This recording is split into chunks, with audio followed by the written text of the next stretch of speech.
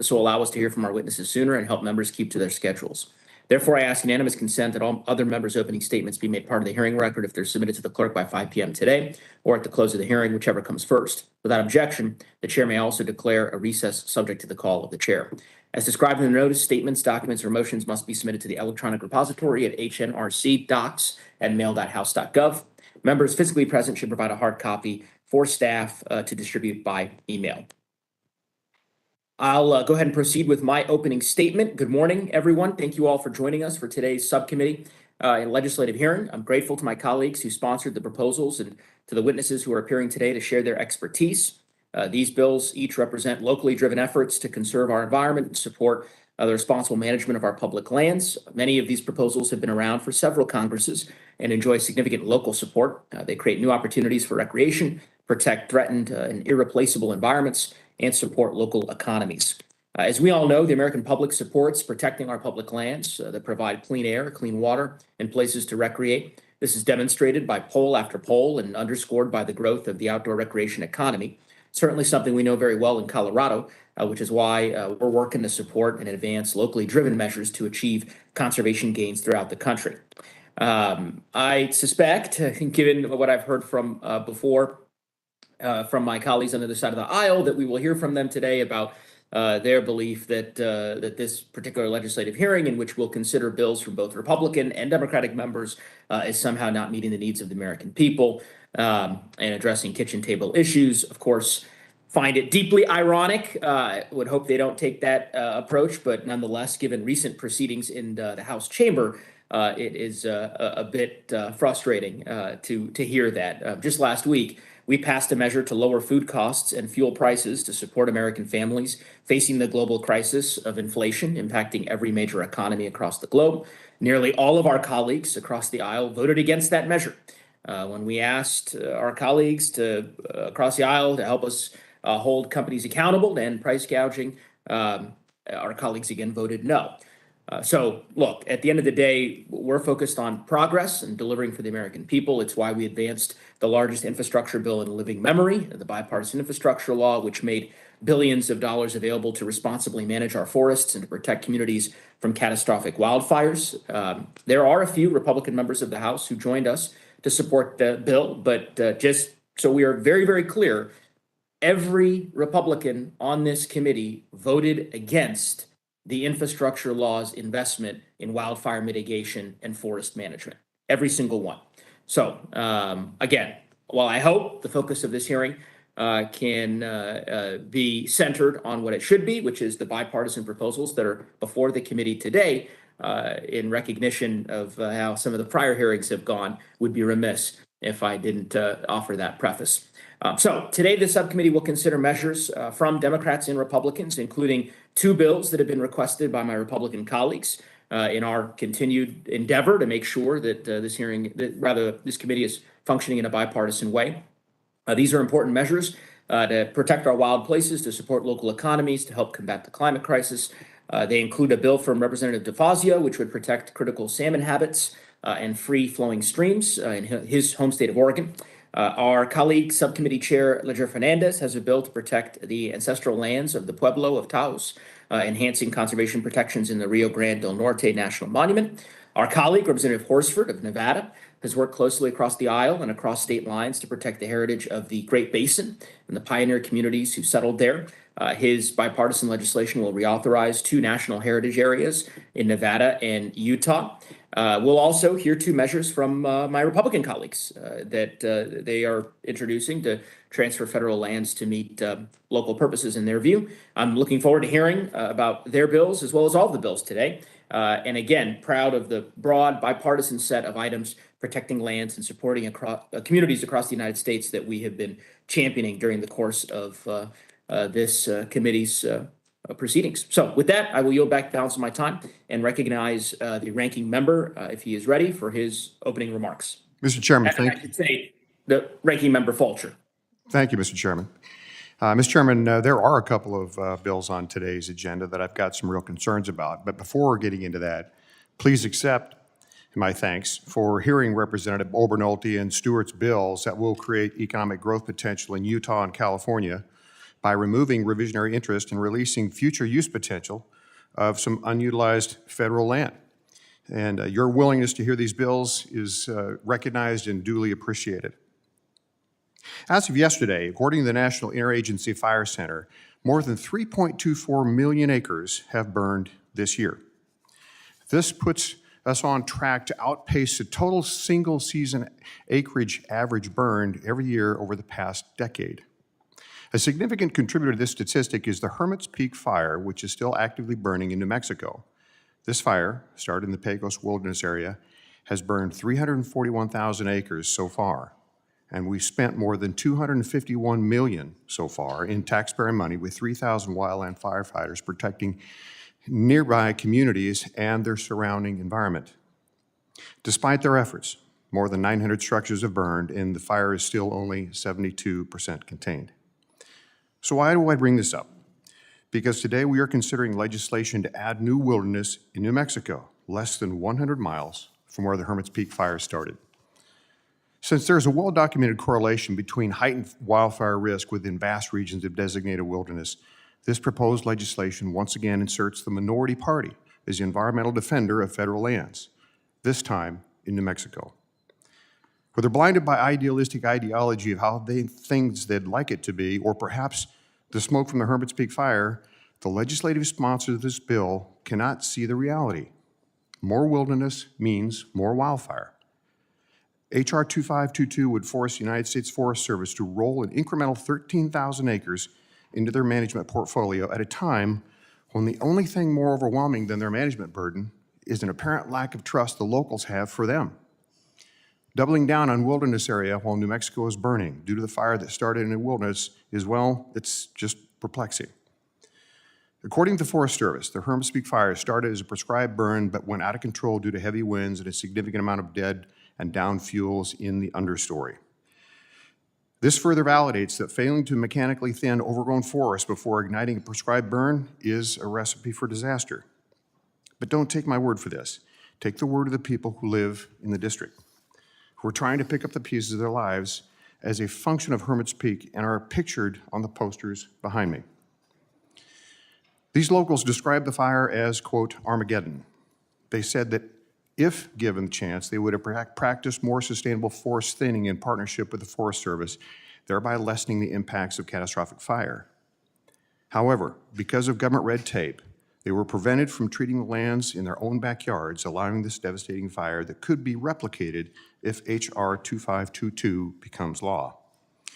Mr. Chairman, I ask unanimous consent to submit an article into the record from the publication Searchlight New Mexico that conveys voices from this community. Without objection. Thank you, Mr. Chairman. I will close my comments by reading just an excerpt from this article. The air smells of ash and the landscape is leached of color.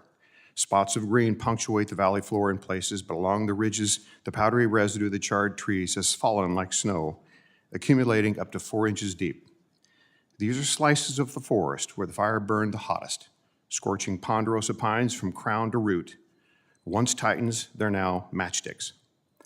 Polo Lopez gestures in their direction southward towards Hermit Peak. Before a tsunami of flames ripped through this canyon in Tierra Monte, the canopy was so thick that it was impossible to see the nearby mountain. But 2 prescribed burns set by the U.S. Forest Service, one on Hermit's Peak, the other on Calf Canyon to the southwest, have changed all that. When the blazes merged to form the biggest wildfire in state history, flames engulfed nearly 160 acres of riparian forest that once belonged to her father. It wiped us out, Lopez says. Like so many in the devastation zone, she squarely places the blame on the United States Forest Service, not only for starting a prescribed burn in the windy month of April when gusts reached 70 miles per hour, but for a century of conflict with rural communities. If we want to stop the wildfire crisis, bills like H.R. 2522 and also 7509 that's on the docket today, they're not the solution. They're the problem. Mr. Chairman, I yield back. Gentleman yields back. The chair will now recognize the ranking member of the full committee if he is available and wishes to make a statement. I'm here. Thank you, Chairman Naguth. Thank you to the witnesses for being here today. And as we come to this committee again to consider wilderness bills. I hope we will really look at what a wilderness is and what it is we're trying to achieve, and how will the legislation before us today help us to achieve what we want to achieve. You know, the term wilderness, it invokes a lot of ideas. We can go back to biblical times, and we read about Moses leading the children of Israel through the wilderness. We have this idea of a wilderness today as a kind of a pristine, untouched area that's somewhat like paradise, an area where you can get back to nature, where you can see what nature's always been like. But that word wilderness around the world typically means more of a barren land, a place that's inhospitable, a place that is not the place you would really want to visit. And as we look at wilderness areas in America, I know the romantic idea is to have this pristine, untouched area where everything is in tune with nature, and where you can go out and take photographs, you can hike, you can have these wonderful experiences, and who could be against that? But the reality is that's not what we get with wilderness areas. And I would say that wilderness areas typically end up more like the historical definition of a barren area, a place that's not hospitable, and a place you certainly don't want to be. And I know one of the bills today is about a wilderness area in New Mexico. And behind me, I have two pictures from areas very close to one another around the Lincoln National Forest in New Mexico. These were taken last fall. One of these is a wilderness area, and one of these is not. This one behind me that looks like a barren moonscape, that's a wilderness area. That's a wilderness area that burned, I think, close to a decade ago, and there's still not any trees growing back in this wilderness area. That doesn't look like a picturesque place where you want to take the family for a hike, or where you would go to get photographs or enjoy a picnic. The other photograph behind me, this is the Mescalero Apache Reservation, where they've been managing their ponderosa pine, and this looks like the place where I would want to go for a hike. I was actually astonished by the great work that they were doing there on the tribal land. This is in the same basic geography, same basic climate, same basic tree species as what we see in the wilderness area on the Lincoln National Forest. So I think we could learn from tribes on how to have a real wilderness area and have a real experience that would make the forest a place where people wanted to visit. It would be a place that would be good for wildlife habitat. It would be good for recreation. And there's a way to achieve that. But locking up land and calling it a wilderness area doesn't do that for us. It more than often looks like this picture, when what we should all be working on is something that looks like this picture. And we know how to do that. We know as climate changes, as things warm up, there's more stress on our forest. And if we just say we're going to take a hands-off approach, that is a management decision. No action is an action. And as much as anybody on this committee or in Congress, I would like to see healthy wilderness areas where we could conserve these areas, and we would have special places where people could go and enjoy them. But as a member of Congress, as somebody who studied forestry, I just can't bring myself to go for this. And I hope we can have a discussion about that. Not politicize it, just talk about the science and talk about what are the benefits of creating a so-called wilderness area, and what are the benefits of doing the right thing and leaving the natural environment, something that we need desperately today to help us. Which way is it going to work better? As a barren moonscape or as a thriving forest? And that's really the decision that we have to make as we consider bills like this in this committee. I look forward to the testimony and to the discussion, and I yield back. Gentleman yields back. The chair will now recognize the chairman of the full committee if he is present. Thank you. Thank you, Mr. Chairman, and for allowing me to join the conversation today.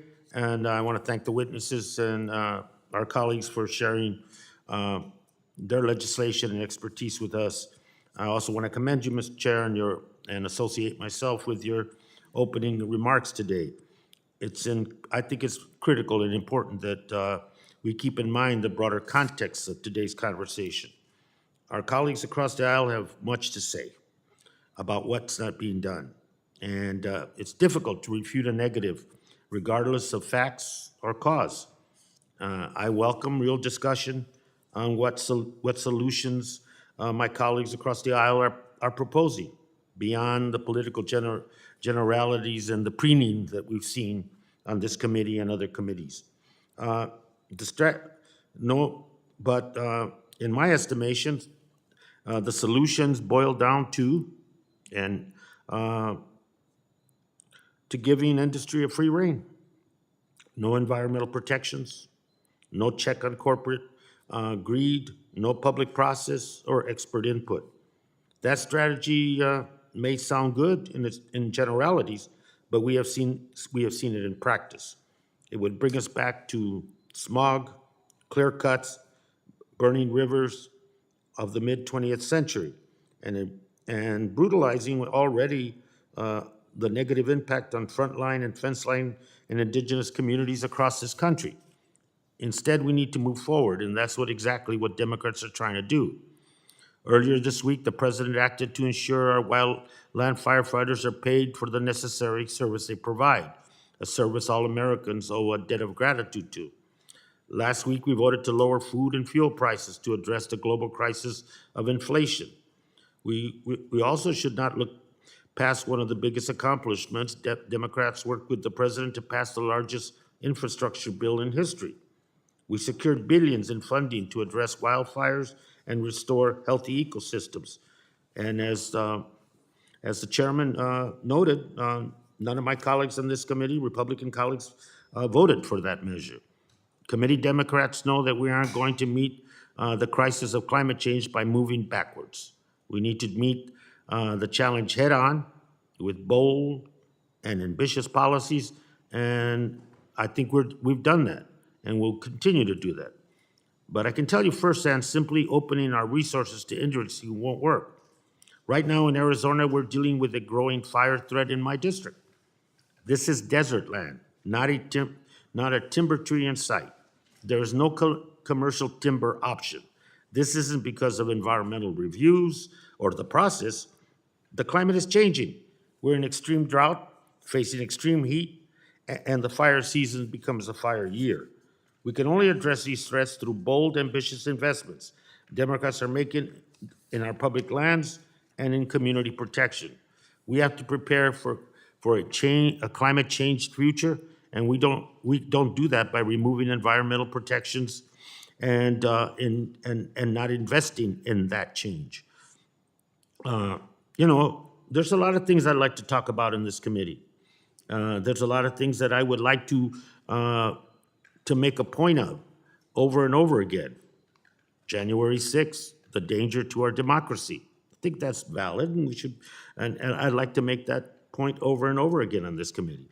The cost of prescription drugs, and now that's hurting the pocketbook of hardworking Americans. Children, from tax credits to assault weapons. The regressive Trump tax cuts that we're still paying for and have added to our debt and our deficit across this country. I'd want to be able to talk about that, make some points, get my 30-second sound bites, put it on Twitter, and claim I've done something.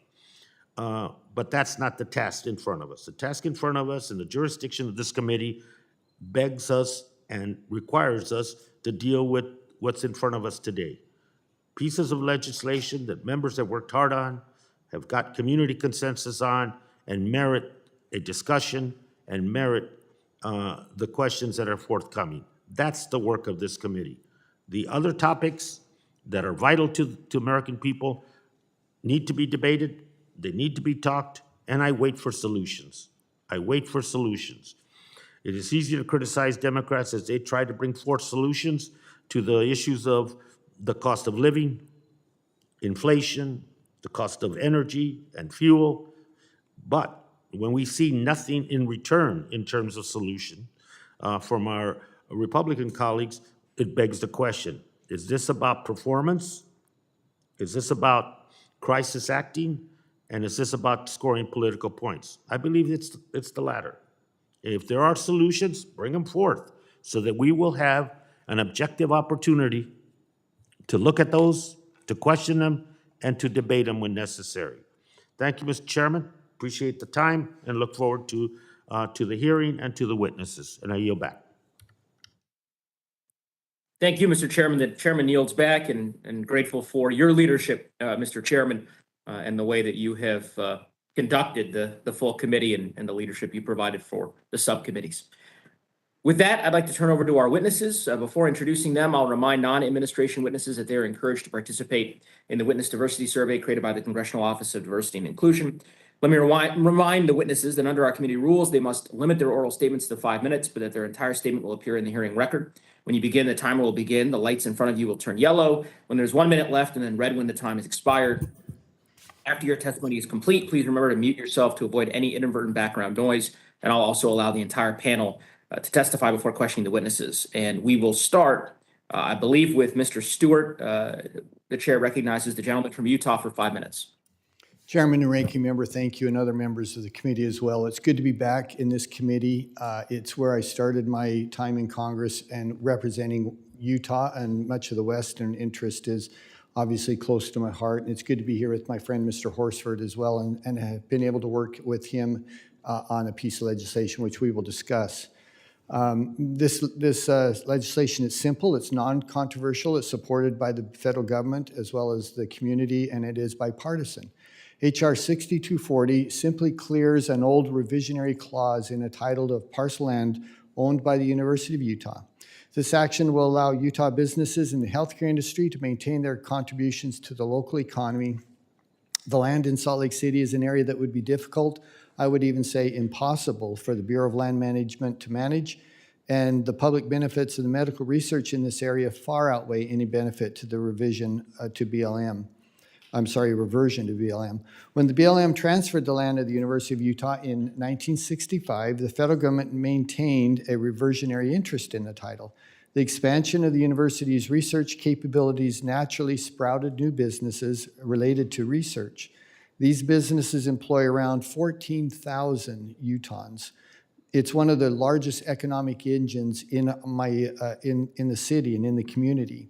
It brings great economic growth and technological advancements to the area, and displacing these businesses now would reverse decades of economic progress. It would effectively terminate the employment of thousands and disrupt key innovations concerning healthcare and the well-being of citizens. The parcel sits in the middle of a major metropolitan area and has the infrastructure to match it. Furthermore, the parcel is separated from most BLMs by a sizable margin, making it an impractical piece of land for the Bureau to be concerned about. In sum, reversion to the government management would be a fruitless burden on the federal government. And finally, let me be clear as well, as I began. This bill does not authorize a transfer of federal land to the University of Utah. It isn't a land transfer, and it isn't controversial. It simply clears the title on the land so that the university has had for 60 years. Congress is the authority to clear that land. In fact, Congress is the only authority to clear that cloud, and it is the best interest of the public to do so. And I would like to mention as well, this body is also considering H.R. 2882 to extend the Mormon Pioneer National Heritage Area, which is partially in my district and partially in Mr. Horsford's district in Nevada. Having this region designated as a National Heritage Area has been very helpful in driving tourism and preservation of historic sites. Honoring the legacy of Mormon pioneers who learned not only to survive, but to thrive in the Western desert is obviously important to my constituents. And I'd like to thank Mr. Horsford for his help and the bipartisan manner in which we've been able to co-sponsor this bill. And with that, I'd like to thank the committee and yield back. The gentleman yields back, and we thank Mr. Stewart for appearing today. The chair will now recognize Mr. Horsford from Nevada. The gentleman is recognized for 5 minutes. Thank you. First of all, let me say how great it is to be back here at the Committee on Natural Resources, which is where I served last Congress and where I also got my start. I'd like to thank you, Chairman Neguse, for your leadership as the subcommittee chairman of the National Parks, Forest, and Public Land Subcommittee, and it's great to see the full committee chairman, Mr. Grijalva, and the ranking members, and of course, my colleagues. It's good to be here at the witness table with my good friend, Representative Chris Stewart. We have had the opportunity to work on legislation over the years, and we have another great piece of legislation today. I come here today to discuss my bipartisan bicameral legislation, the Great Basin National Heritage Area and the Mormon Pioneer National Heritage Area Extension Act. This is particularly important as this August is the 100th anniversary of the designation of the Great Basin National Heritage Area. Now, for those of you who have been able to come to the Great Basin National Heritage Area, it is a remote region spanning the border of Nevada and Utah, but it has some of the most rich cultural roots, rugged landscape features, and home to many historical sites. As many of you may know, my district covers 52,000 square miles in Nevada. Well, the Great Basin National Heritage Area covers 16,000 square miles of that. It's an area as large as Connecticut and Massachusetts combined, but the region is sparsely populated with only about 21,000 people calling these two counties home. What the area lacks in people, it makes up for in historical sites, sweeping landscape formations, and cultural attractions. Now, since the initial designation, Great Basin and the Mormon Pioneer have received a combined $6 million in federal funds, which have produced projects and programs valued at over $50 million. National heritage areas are critical for our rural communities that are vast, beautiful landscapes that protect our lands and bring tourists from around the world to Nevada. In fact, our outdoor recreation tourism is really booming in this regard. The National Heritage Area designation does not result in any change in land use regulations or ownership. Reauthorization of the National Heritage Area distinction would not affect water rights, grazing rights, or mineral rights. There are dozens of national heritage areas across the country that need to be reauthorized. My legislation is simple, and that is why I asked the subcommittee to pass this legislation so that we can bring it to the floor for a vote that will benefit these vast western landscapes. And I offer an invitation to any of you to come out to Great Basin, to the Mormon Pioneer.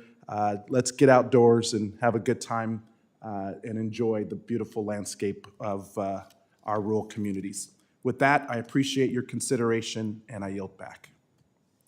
Gentleman yields back. The chair thanks Mr. Horsford for being here in front of the committee. The chair now recognizes Ms.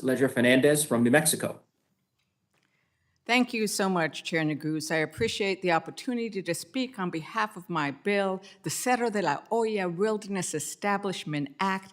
As noted, the bill would designate 13,000 acres of BLM lands in the Rio Grande del Norte National Monument in Taos County, New Mexico, as wilderness. So I am from northern New Mexico, and the fires that have been referenced have been burning in my backyard.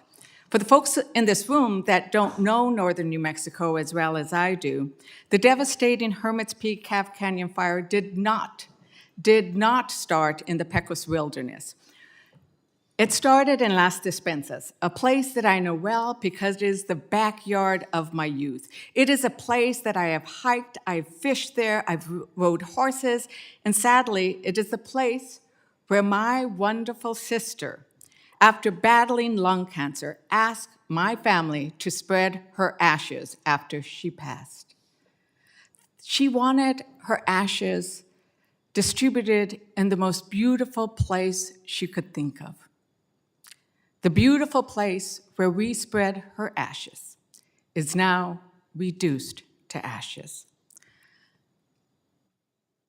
As you can imagine, I'm quite saddened that some would politicize my people's pain, my community's suffering from the catastrophic fires in my district. I've spent the last 2 months listening to my community's pain and sorrow. My tears have joined with their tears about what we have lost. What I have heard here today does not reflect the facts of the disaster or what my community needs. Because once again, let's repeat it. These fires did not start because of the Pecos Wilderness, and they didn't start because of the wilderness areas elsewhere in New Mexico. They started because the United States Forest Service started not one, but 2 fires that merged to become the Hermit's Peak Calf Canyon Fire because of an unprecedented drought that was made worse, that is a result of climate crisis that we have not addressed. I do intend to hold the United States Forest Service accountable for the pain they caused. I am furious with the mistakes that they made that caused this catastrophe. A big problem, as I noticed, was they failed to account for the mega drought brought on by the climate change. There's been a report that has set out those the damaging devastation and how it happened. So, for those who are concerned about that fire, I do have a bipartisan bill called the Hermit's Peak Fire Assistance Act to pay people for the property and income they have lost to the ravaging blaze. To demonstrate concern for New Mexicans affected by the fire, I invite my colleagues. To join me, to join Representative Harrell and the rest of the New Mexico delegation and become a co-sponsor of the Hermit's Peak Fire Assistance Act. So let's get back to the bill that I have introduced today, which is the Cerro de la Olla Wilderness Establishment Act. I introduced this bill because my constituents asked me to. I was invited to meet with community leaders, tribal leaders, and ranchers at the base of the Cerro to discuss what they wanted. Mr. Elio Romero drove me to his ranch and then to the Cerro. He made me climb into his pickup truck. He was so proud about everything that he had done to improve the quality of his ranch and the forage and the pastures. He drove me through his nephew's ranch, who then met with us at the bottom of the mountain. They described to me why they wanted this to be a wilderness. We hiked to the top of the Cerro, but only after we had received a blessing from Taos Pueblo. Accompanying us were local officials, people who lived in the community. This is the way we need to do wilderness acts, where we are bringing together and listening to the voices of those who are going to benefit from the act.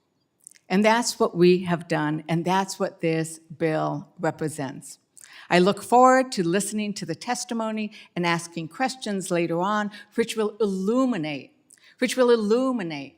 that this Wilderness Act is what my communities want, and I am grateful that we have this opportunity today to discuss the beauty that remains at Cerro de la Olla. Thank you. I yield back, Mr. Chairman. The gentlelady yields back, and we thank the chairwoman for appearing today and for proposing her bill. Mr. Chairman. The chair now recognizes Mr. Obernolte for 5 minutes. Well, thank you very much, Chairman Neguse, Ranking Member Fulcher, for the opportunity to present my bill, H.R. 5355, the Desert Community Lands Act. I'd also like to thank Mayor Ogilvie of the City of 29 Palms for being here on what is a pretty early morning in California. Before we begin on the bill, I'd like to tell you a little bit about my district. It's an extraordinarily beautiful place, also an extraordinarily rural place. I represent the largest district in California. It's one of the largest congressional districts in the entire country. The population is scattered among 13 different incorporated cities and several dozen unincorporated communities.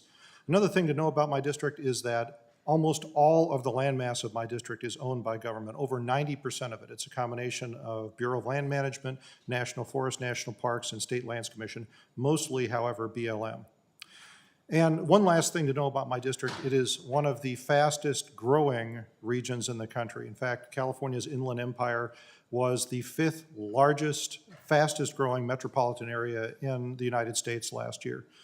So the situation that's occurring is that we have an influx of population into rural places in California, like my district, that's been exacerbated and accelerated by the coronavirus pandemic.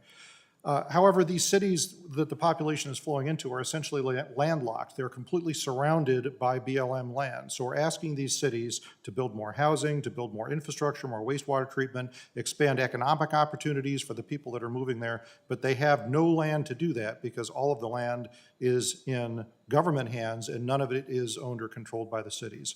So this bill would provide a very meaningful first step to solving that problem. It would convey a little over 8,000 surface acres of land that's currently owned by the BLM to the town of Apple Valley, the city of 29 Palms, the city of Barstow, and the city of Victorville.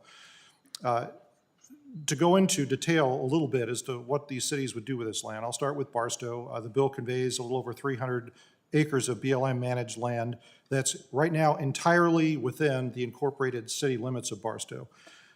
This would allow Barstow to improve vehicular circulation, reduce traffic congestion, and allow a secondary access to the town's center. If you don't know Barstow, it's located right on the I-15, which is the major corridor from Los Angeles to Las Vegas. They estimate that this small amount of land, 300 acres, economic development of that land would yield over $1 million a year to the people of Barstow. And folks, for a small city like Barstow, that is a lot of money. This is not a high-income city. It's really desperately needed. This bill would also convey about 20 acres to the town of 29 Palms. This is an area adjacent to the 29 Palms Motorsports Arena that hosts an annual series of events that draw thousands of participants and tens of thousands of attendees. That would really help out the town of 29 Palms. HR 5355 would also convey to the town of Victorville about 3,000 surface acres that are already within city limits or within the sphere of influence of the city. And that would allow Victorville to further their master plan. If you're not familiar with the plan, we have a major high-speed rail network that's going to be going from Southern California into Las Vegas. There's going to be a stop in Victorville. Unfortunately, the town is struggling with the economic development needed to support that stop. And this would really help them do that in addition to expanding things like wastewater treatment. And then lastly, the bill would convey a little over 4,000 acres of BLM managed land to the town of Apple Valley for use as an off-highway vehicular recreation area. Now, let me tell you why this is absolutely in the best interest of the federal government. This land is already heavily used by off-road vehicles. The folks at BLM, they're good folks. They're unfortunately overworked folks. This would allow the town of Apple Valley to manage that land, taking the burden off of BLM. It would also protect the habitat in the area surrounding it, because by allowing vehicular use to be concentrated in that land, we could keep people off the pristine desert land that's around it. So in summary, this would really help out the people of my district. We're put them in an intolerable situation where we're asking them to build housing, we're asking them to reduce income inequality, we're asking them to provide educational and economic opportunities for their new residents, but they have no land with which to do that because they are landlocked by surrounding BLM land. So this would be a very meaningful contribution to the well-being of the people I represent, and I urge its adoption. Thank you, Mr. Chairman. I yield back. The chairman yields back. The chair thanks Mr. Obernolte for his testimony. And the chair will now recognize our final member witness, which is the chairman of the Transportation and Infrastructure Committee, Mr. DeFazio. Thank you, Mr. Chairman. It's like a homecoming. I spent 28 years on this committee in this room, many hours and many interesting debates over that time. I'm here today to testify in favor of my bill, H.R. 7509, Wild Road Conservation and Recreation Enhancement Act. I'm very personally, acquainted with this area. I have drifted the river. I have hiked the length of the river. It's about a 3-day hike. And I did a tour just a few years ago with the BLM where we went down again on another drift, and we stopped at many of the streams tributary to the river that would be protected by this legislation in their upper reaches. And at every point where we pulled over when one of these streams flowed into the river, we found that the water was much colder coming out of the tributary stream than it was in the main stem of the river, basically creating great salmon habitat and potential spawning areas. So that is one of the major objectives of this bill.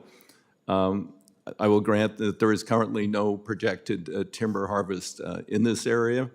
So that is not a concern. There is a very, very large recreational benefit to the communities, both in my district and the adjoining district, represented by Representative Betts from Eastern Oregon. And, that would be, there's a very significant guiding business. They guide people down the river. You can do assisted hiking with guides, and they'll carry all your stuff. I carried my own. You can also drift with guides and have the full experience and the luxury thing, and there's tremendous amount of fishing. And the lower part of the river in my district, where it flows into the Pacific Ocean, is a fabulous area for salmon fishing. And I'd invite any members to come on out sometime to Gold Beach and do a little fishing, and you can go up the river in a jet boat if you want and stay at a lodge. Up to the edge of the wild and scenic.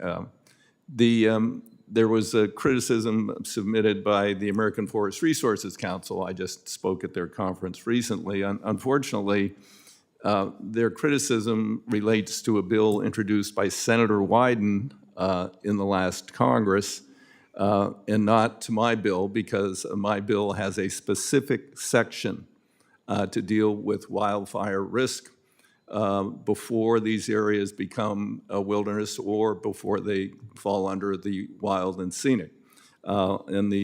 Within 280 days of the enactment, the Secretary has to conduct a wildfire risk assessment, and it goes through what that would do, and then and not later than 1 year after the assessment is put forward, then the Secretary shall develop a wildfire mitigation plan to deal with those areas before they fall under additional protections. I did this in another wilderness that was created in a coastal area in my district, in the Coast Forest, and it was quite successful. Of course, that's an area that's not particularly prone to fire, but the Forest Service did go in there and do a significant amount of thinning, actually removed some merchantable timber.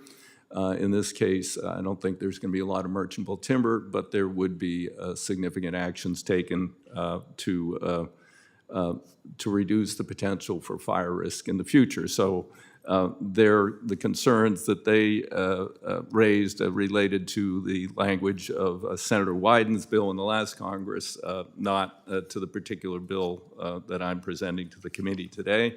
I would urge the committee to act favorably on this legislation. Thank you for your time, and I yield back. The gentleman yields back, and we thank the chairman for his time and for returning to the committee. I want to thank the sponsoring members of Congress for their valuable testimony. We'll now transition to the second panel. As with the first panel, oral statements are limited to 5 minutes, but your entire statement will be made part of the hearing record. The chair will now recognize Mr. Mark Lambrecht, Assistant Director of the National Landscape Conservation System for the Bureau of Land Management. Mr. Chair, while the witnesses are getting seated, can I submit something for the record? Without objection. Thank you, Mr. Chair. This is from the Forest Service, and it's an incident report. It says, named the Hermit's Peak Fire, the wildfire began approximately 12 miles northwest of Las Vegas, New Mexico, at the base of Hermit's Peak in the Pecos Wilderness. So I would like to submit that for the record. Thank you. Without objection. Mr. Lambrecht, you may proceed. Thank you, Mr. Chairman and Ranking Member Fulcher, members of the subcommittee. As said, I'm Mark Lambrecht. I'm Assistant Director for National Conservation Lands and Community Partnerships with the Bureau of Land Management. And I'm really pleased to be here today to provide testimony on 4 bills on the agenda that have interest to the BLM. The BLM manages approximately 245 million surface acres located primarily in 12 western states, as well as 30% of the nation's onshore mineral resources across 700 million subsurface acres under the Federal Land Policy and Management Act, or FLPMA. The BLM's core mission of multiple use and sustained yield provides for careful balancing across many uses and resources to steward the public lands for all people. The BLM manages public lands for a broad range of uses such as renewable and conventional energy development, livestock grazing, timber production, hunting and fishing and other recreation, wilderness, and conservation, including protecting cultural and historic resources. Lands managed by the BLM also provide vital habitat for more than 3,000 species of wildlife and support fisheries of exceptional regional and national value. Some of the bills under consideration include provisions which align with important administration priorities concerning conservation and increasing equitable recreational access to our nation's public lands. We appreciate the work of the sponsors and the subcommittee on the measures and look forward to continuing to work with you on them. H.R. 2522, the Cerro de la Olla Wilderness Establishment Act, designates approximately 13,000 acres within the Rio Grande del Norte National Monument in New Mexico as the Cerro de la Olla Wilderness. The bill would provide the highest level of protection for these remarkable lands while continuing to provide recreational opportunities and provisions for certain traditional uses, and the BLM supports the bill. H.R. 5355, the Desert Community Lands Act, proposes to convey to the town of Apple Valley and cities of 29 Palms, Barstow, and Victorville in California approximately 8,000 acres of public lands managed by the BLM. As a matter of policy under FLPMA, the BLM retains public lands in federal ownership. Per FLPMA, certain public lands may be conveyed out of federal ownership when it furthers the public interest and the lands have been identified for potential disposal through the land use planning process. The BLM supports working with local governments to resolve land tenure issues that advance worthwhile public policy objectives. While the BLM does not support the bill's land conveyances that are within special management units, we could support some of the conveyances of the bill if they align with current land use plans in the area and are consistent with FLPMA. H.R. 6240 would release without consideration the federal government's reversionary interest in a 593-acre parcel conveyed by patent to the University of Utah under the Recreation and Public Purposes Act, which is frequently used by the BLM to help states, local communities, and nonprofit organizations obtain lands at little or no cost for important public purposes. Since these lands are conveyed at far below market value, the R&PP Act conveyances and similar legislated conveyances include a reversionary clause if the lands are no longer used for public purposes. The BLM does not object to the proposed conveyance in the bill and recommends modifications for consistency with FLPMA. And last, H.R. 7509, the Wild Rogue Conservation and Recreation Enhancement Act, would establish the Rogue Canyon National Recreation Area, encompassing approximately 98,000 acres of public lands managed by the BLM, and would expand the Wild Road Wilderness by approximately 60,000 acres of BLM-managed lands in Western Oregon. The BLM welcomes the sponsor's efforts to support outdoor recreation and wilderness designations to improve conservation, and we support the bill. And finally, the National Park Service submitted a statement for the record on H.R. 2882. If you have questions about that measure, the Park Service is happy to respond to them in writing for the record. And in conclusion, the BLM looks forward to continuing to work with the committee and Congress on these important public lands issues. Thank you again for the opportunity to be here today, and I look forward to addressing any questions that you may have. We thank you for your time, sir, and the chair will now begin with recognizing witnesses for their testimony. Reminding members that Committee Rule 3, subparagraph D, imposes a 5-minute limit on questions. The chair will now recognize the ranking member, Mr. Westerman, for 5 minutes. Thank you, Mr. Chairman. Thank you, Mr. Lambert, for your testimony today.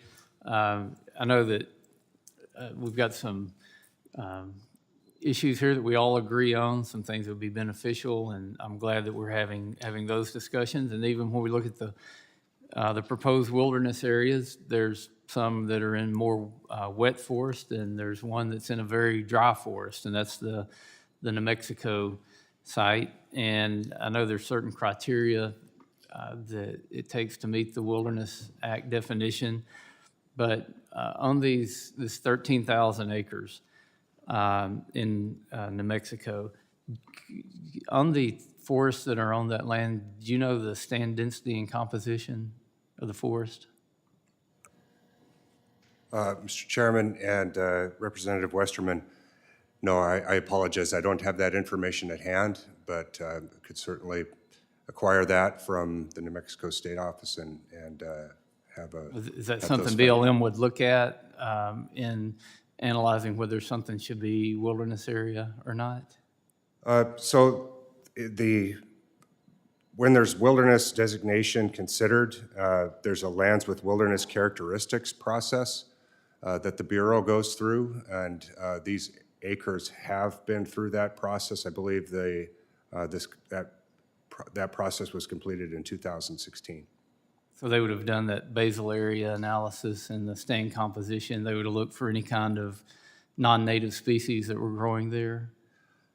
Again, so Mr. Westerman, that information is beyond the pure review of my role as Assistant Director, but I could certainly check with staff at the Bureau and get you the detailed answers that you need for that question. So do you know if they identified any of the areas as subject to wildfire, higher risk for wildfire? So, a part of the process is wildfire analysis. I have not seen the results of that wildfire analysis, and obviously we know that there has been wildfire in New Mexico this season, unfortunately. But I know that the Bureau going forward would take all measures available to the Bureau to prevent wildfire or to fight wildfire should that happen in the area. And I apologize, I wasn't clear from your testimony, but does the Bureau support putting this land into wilderness area? Yeah, our position is that the Bureau supports the bill. So you can't answer the questions about the stand density, the characteristics of the stand, the fire risk, or any of those things that would seem very important to recommending putting land into a wilderness area, but the Bureau supports putting this land into wilderness. Again, the Bureau supports the bill, and I'm happy to acquire the detailed answers to the questions that you've asked. On what basis does the Bureau support the bill? What's the rationale that you come to the committee and tell us the Bureau supports putting this land into wilderness? Mm-hmm. So the designation of wilderness in the bill supports administration priorities on providing additional opportunities for conservation of landscapes, additional outdoor recreation, and also protection of cultural historic resources and protection of traditional uses in the area. So I heard you say administration priorities for basically putting more land into wilderness areas. So the truth is there's really no scientific analysis, no data that you can show us to back up any kind of decision that the BLM's making to recommend that this go into wilderness area. Do you have any concerns, or does the BLM have any concerns that this wilderness area will end up looking like these wilderness areas? And Congressman Westerman, certainly the Bureau's New Mexico State Office, in concert with the sponsor, has provided significant scientific analyses of the Rio Grande del Norte National Monument, of which these acres would be a part. And, which you didn't bring to the committee to testify before Congress, and you can't answer the questions why it should be wilderness. I haven't seen any scientific data or reports or anything addressing any kind of wildfire mitigation or the risk to the the forest and the landscape if we put this into wilderness areas. So I hear what you're saying, but I don't see any data or evidence to back that up. I'm out of time. I yield back, Mr. Chair.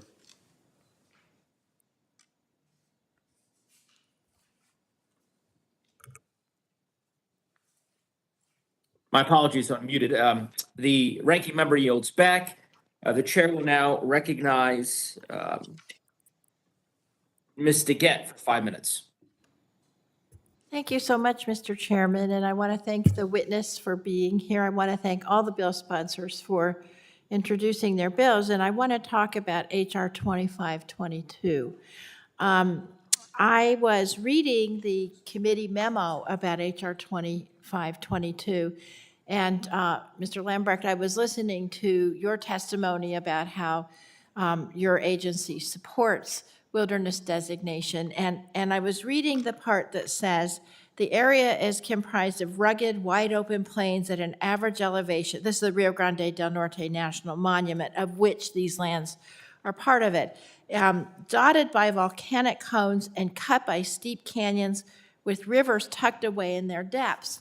So then I went, I don't know if you can see this, I went online and I found a picture of this area, which of course doesn't look anything like either the before or after pictures that my Republican colleagues put up, because the areas they put up are not in this area. But suddenly I realized I had been to these areas. These areas are right south of Colorado and right north of Taos. And these are beautiful canyon areas that have incredible wilderness characteristics. They have incredible wildlife presence. And as you noted, Mr. Lambrecht, they have incredible hundreds of years of cultural activity there and are sacred lands to many. And these reminded me of the areas that are in my Colorado Wilderness Act, which is all BLM land, almost all BLM land. And it almost all looks like this area. And what I was thinking about is how in Congress, because in general my colleagues on the other side of the aisle just oppose wilderness per se, they don't really think about the unique characteristics of each of these areas and how they could help protect us both against wildfires in the long run, but also protect these very fragile and important cultural areas and wildlife areas and areas for people to go and be remote and be away.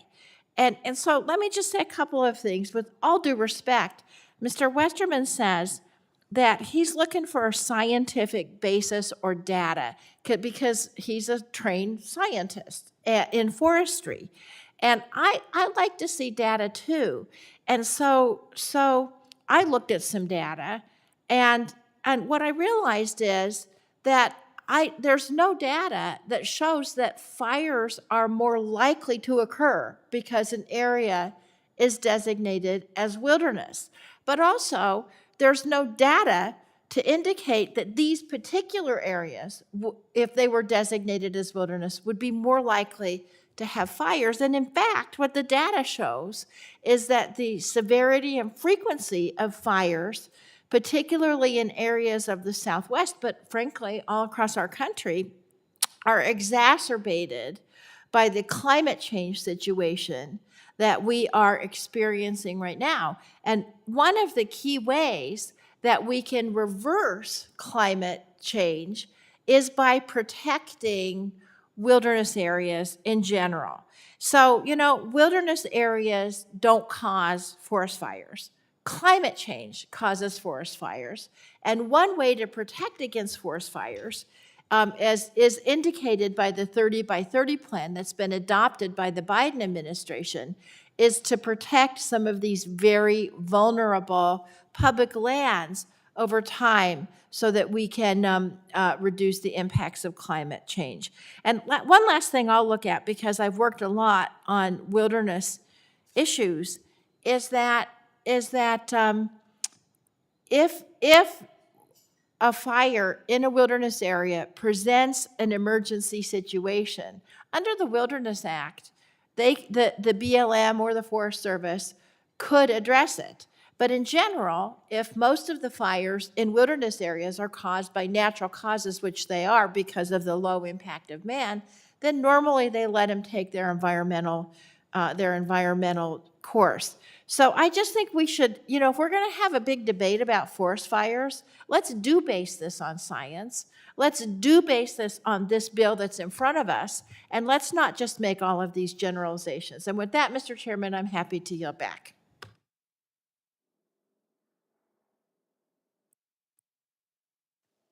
The gentlelady yields back. The chair will now recognize Mr. Fulcher. Thank you, Mr. Chairman, and to the gentlelady who just spoke. I'm in. I'd love to have that conversation.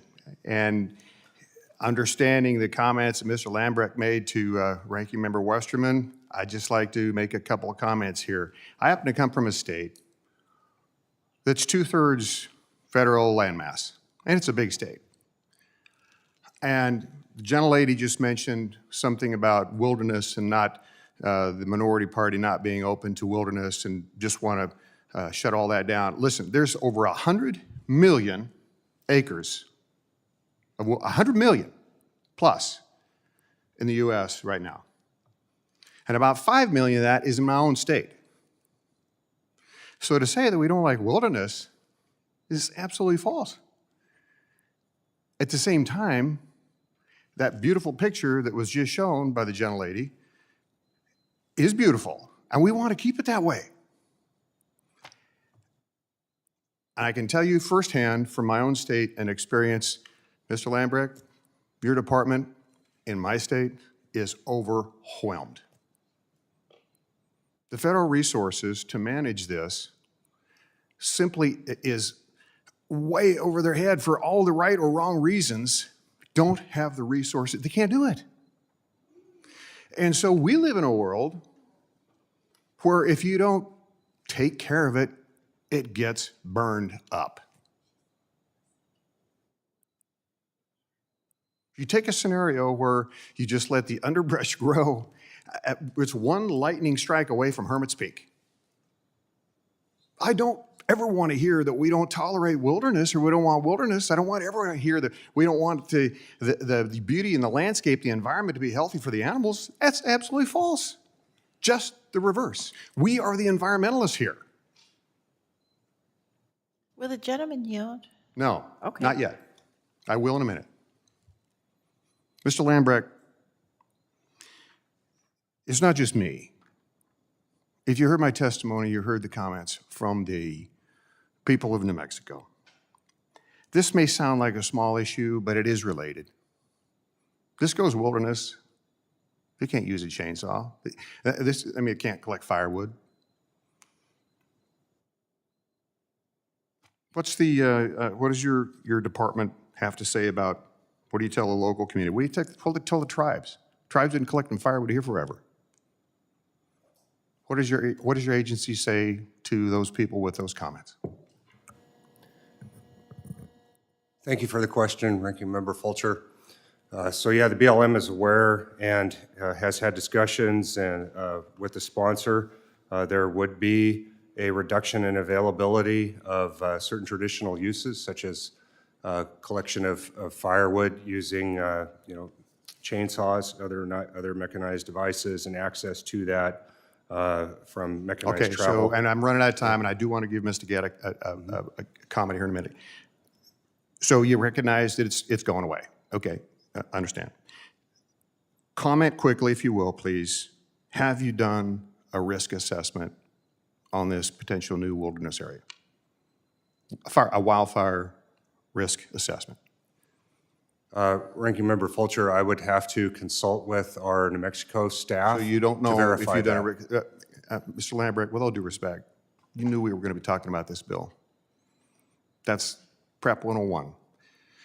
Yield to Ms. Gadd for a comment. But no, I just have a question.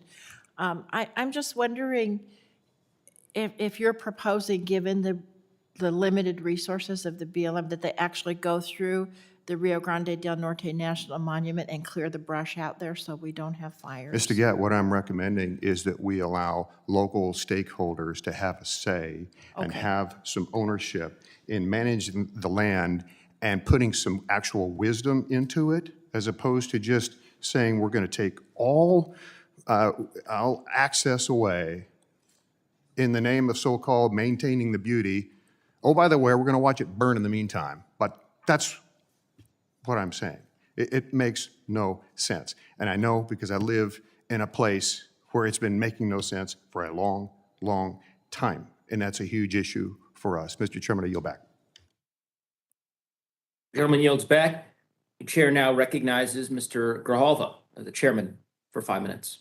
Thank you. Thank you very much. Mr. Director, as Director of the National Conservation Land System, I think that encompasses some of the most pristine and sensitive landscapes that I was proud to help codify over a decade ago. These are the crown jewels of public land that's managed by the BLM. And how do the conservation protections like those we are considering today and in others help protect communities and the climate? I ask that question because the challenges that are before, especially out in the West, wildfires, heat, the drought, and the point that was made earlier by my colleague, the resource infrastructure that BLM needs right now, and I would ask that, you know, that deficit in terms of resources, in terms of personnel and other, if you could provide that information to the committee. I think that's important to do, because it's one thing to point the finger, and it's another thing to provide the resources so that if there's going to be accountability, is to accountability where it's at the level that it should be. And so I asked that question because additional funding for ecosystem restoration and for all the other issues that I mentioned as challenges, how does this, the issue of conservation and how to protect communities and dealing with this climate change, how do you see that in terms of the areas in which you have the responsibility? Thank you for the question, Chairman Grijalva.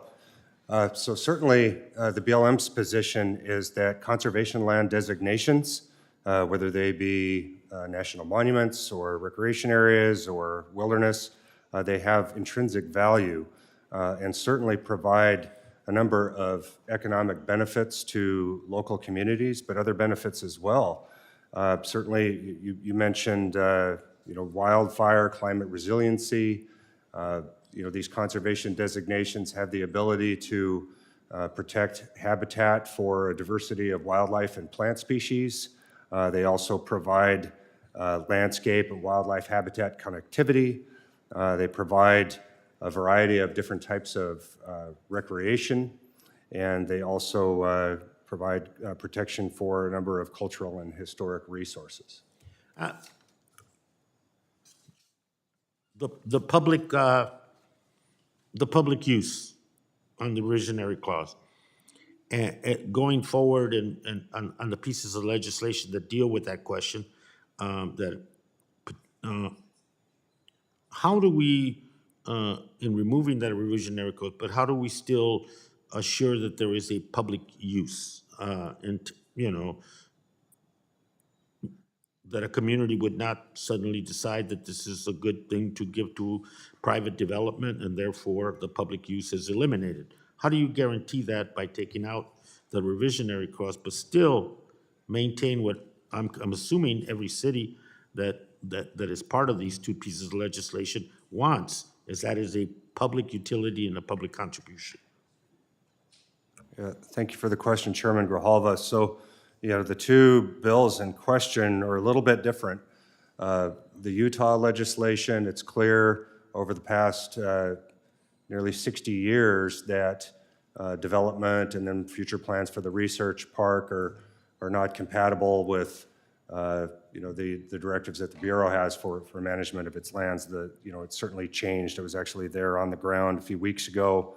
And then the California legislation, there's, 4 different communities that have proposals for acquisition of lands that the BLM would convey. Some of them were identified under the Desert Renewable Energy Conservation Plans as suitable for disposal. Others were not. Others are identified as more suitable for recreation, conservation, reserved for development of renewable energy. And so certainly, we would like to take a closer look at that and have additional conversations with the sponsor to ascertain that any conveyances would make sense under that DRECP, but also with our obligations under the Reservation and Public Purposes Act, so that, if there were a change in those land use plans that didn't comply with the RNPP, that there would be that reversionary interest that would return to the Bureau of Land Management. Otherwise, the conveyance becomes a sale and becomes fair market value, right? Yeah, and I should add that that's what one of the requirements under FLPMA is for the federal agency on behalf of the American taxpayer to receive a fair market value. In order to support these communities, your questions with the sponsors, I think for the whole committee are pretty valid. We had the same thing in Clark County, where the proposal was to turn it over to a development issue, the conveyance, and it got stuck on the issue of fair market value because the purpose was not that public purpose that you talked about. I yield back.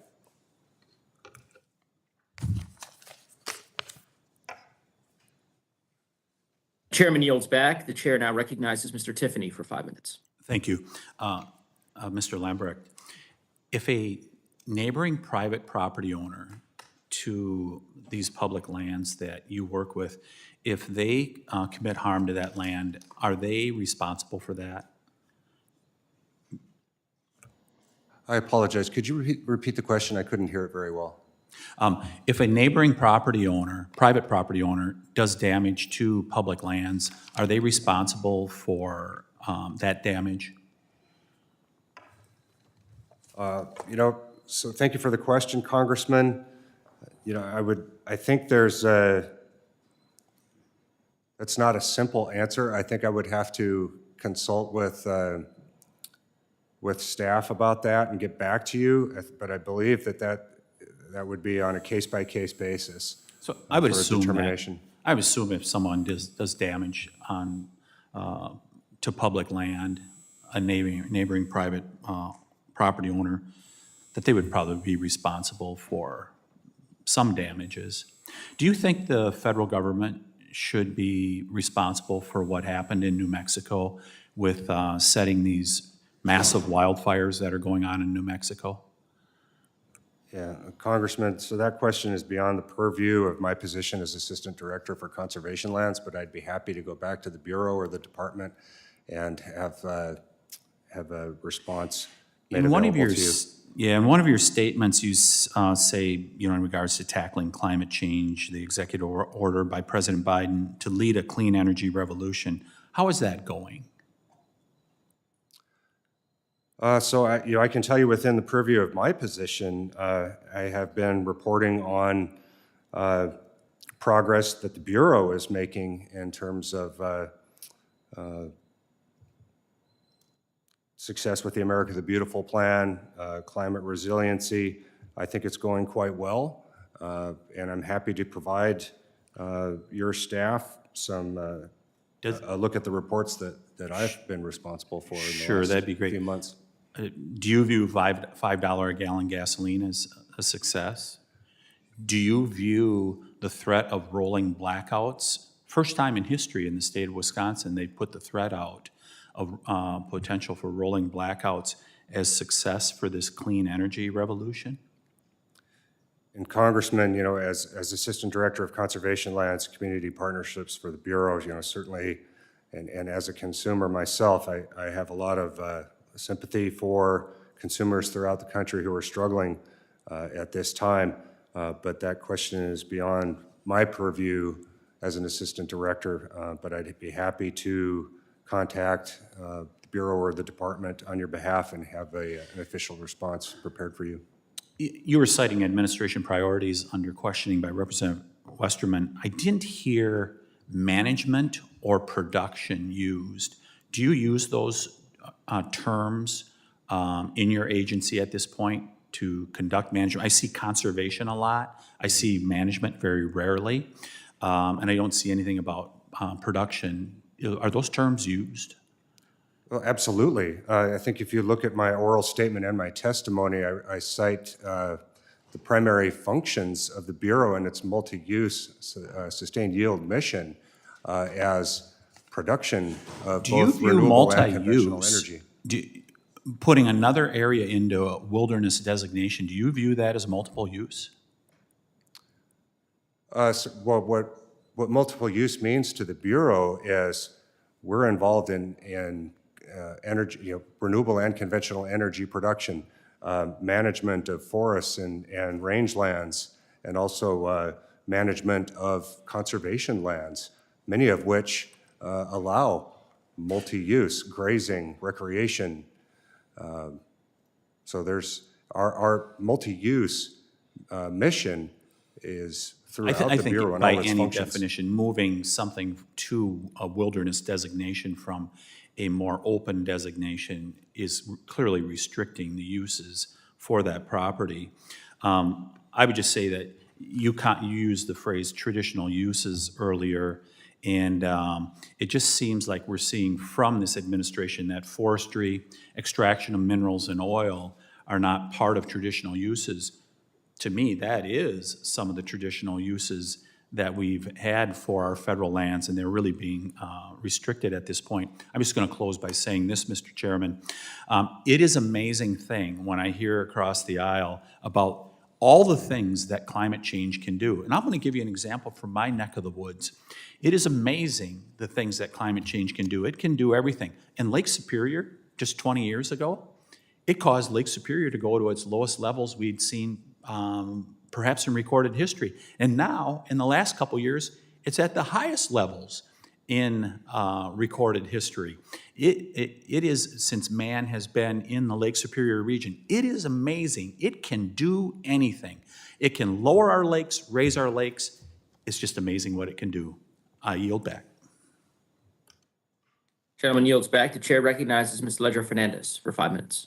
Thank you, Chair Neguse, and thank you, Mr. Lebrecht, for being here today. I do appreciate the Bureau of Land Management's support for the bill and look forward to making those minor modifications so that we can make sure that the bill and the wilderness designation continues to honor the Cerro de la Oria's many uses, multiple uses, and so we can protect the land for generations to come. Mr.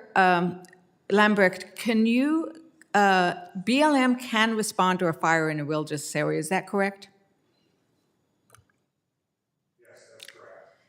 The Wilderness Act authorizes the Secretary of the Interior to not only respond to wildfire within and immediately outside the wilderness area, but also to take certain active preventive measures in and outside the boundary.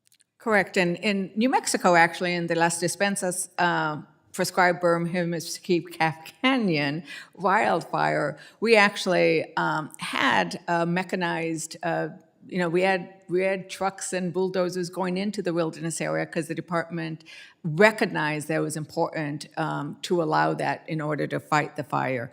And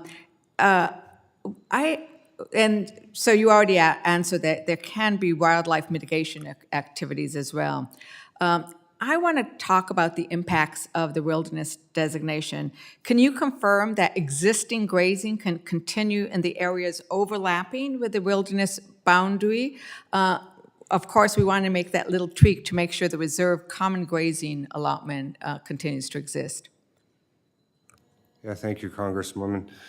Certainly, the Wilderness Act recognizes that any activities that occur, such as grazing, before designation as a wilderness shall continue, and the Secretary has authority to continue to allow those 6 grazing permits. So with the reserve common grazing allotment and recognizing that statutory authority, grazing should not be impacted by this legislation. Which is one of the reasons the ranchers in the area are in support of that. And can you confirm that maintenance may be done by the use of motorized equipment where other practical alternatives just do not exist? And, as you mentioned, where motorized use was allowed prior to the wilderness designation? Yes, I can confirm those. And does the bill allow BLM to approve the maintenance of wildlife water development projects? So there are water guzzlers in the area, and the BLM recommends considering a couple of different options, one of which would be addressing the boundary to exclude one of the water catchments that provides water not only for wildlife but also for livestock. And so, our recommendation is for that water catchment and the ability to maintain it through motorized travel and mechanized equipment, that be addressed in such a way. Otherwise, there is a process involved, minimum requirements analysis, that is available to be able to address certain needs for maintenance for those types of issues. And this reflects this adjustment of the boundaries that we've been doing, really reflects a back and forth with the local ranchers, the local communities, BLM, about what makes most sense so that we can continue to recognize the historical uses. Another historical use, can you confirm that individuals can continue to hunt and fish in the area? Yes, that's How correct. How about hiking and camping? Absolutely. Firewood collection? Yes.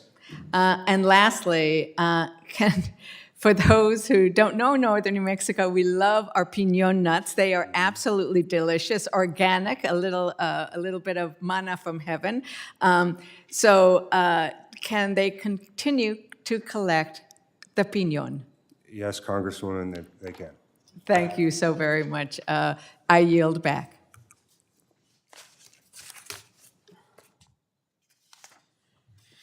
Generally yields back. The chair now recognizes Mr. Obernolte for 5 minutes. Thank you, Mr. Chairman. Mr. Lambrecht, thank you very much for being here today in your testimony. You touched on my bill a little bit in your oral testimony, but your written testimony that you submitted is extremely detailed, and I want to thank you for taking the time with the experts to make the detailed response you did. Sometimes it's a little frustrating for us as authors that it has to get to this point before we have this detailed of a discussion, but this is extremely helpful. So if I could summarize your written testimony with respect to my bill, it's the position of the BLM that to the extent the lands are designated as available for disposal, BLM does not object to that as long as fair market value is provided, administrative costs such as cultural and cadastral surveys are paid for, assurances are made to the extent that the lands are within development-focused areas or special recreation management areas about the continued use of that land, and with provision of a reversionary clause. With those things, the BLM would not object. Did I get that right? Yeah, and thank you for the question. And yes, your legislation does present some challenges. It's a somewhat complicated bill, but I think the acres in question for the 4 different communities each have their own special considerations, and we do have some concerns that I would like to articulate with regard to the 80 acres and 29 palms. The 80 acres are north of Joshua Tree National Park, which is a dark skies visual resource value area, and also there's an observatory in the area, and also do have some concern that these lands were not identified as available for disposal under the DRACP. Well, that's why the question was, you were careful in your written testimony to draw a distinction between the lands that were designated as available for disposal under land use policy with the BLM and those that were not. And I read that that those were not. So my question was, with respect to the lands that were designated as available for disposal and subject to those provisions, the BLM does not object. Yes, so we would certainly like to have further conversations with the sponsor and the communities in question, and drill down a little bit more about the acreages specifically. Certainly, I would turn over to Barstow, and there are recreational uses that would certainly comply with the RNPP and the DRECP when we're talking about recreation and special recreation management area. There are other concerns that we have with some of the lands in question when we're talking about Apple Valley, for example. Can I stop you for a second? Sure. Because it's an interesting discussion. When we're talking about determination of fair market value, I understand when land is going to be conveyed for the purpose of economic development, that might be appropriate. But some of the lands that you just referenced are currently used as off-highway recreation areas and would be continued to be used as off-highway recreation areas. So, how does the conveyance, the provision of a fair market value, how does that make sense in that context? Because, essentially, it's still managed for public use. It's just the managing agency would shift from the BLM, for example, to the town of Apple Valley. Yeah. So FLTMA actually requires that the Bureau receive fair market value for lands that are conveyed, but of course recognizing that Congress retains the authority to, if it should decide that such conveyance would be in the public interest, to forego that requirement. So in a case like that, how would you go about determining fair market value? Like when is it highest and best use, like the use it will be put to, or is it the current use, which is, essentially most of these parcels are just vacant land? So fair market value is determined by an appraisal conducted by the Appraisal Valuation Services Office, which provides services to the Bureau of Land Management under uniform appraisal.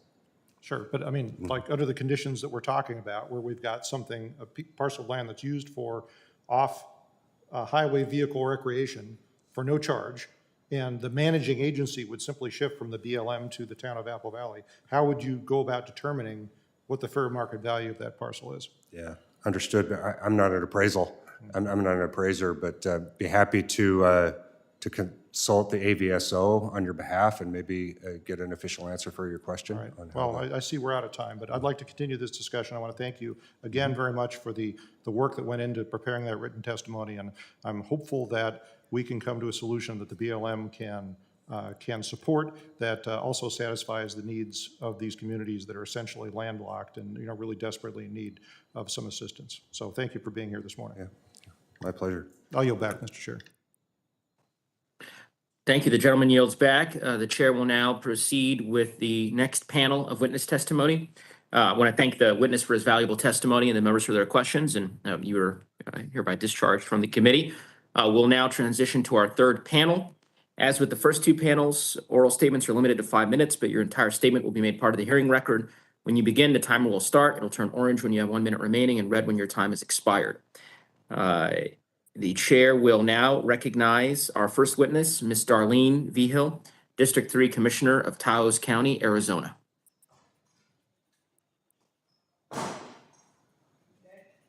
Good morning. I would like to thank Chair Neguse, the subcommittee members, and Congresswoman Teresa Ledger Fernandez for the invitation to join you today.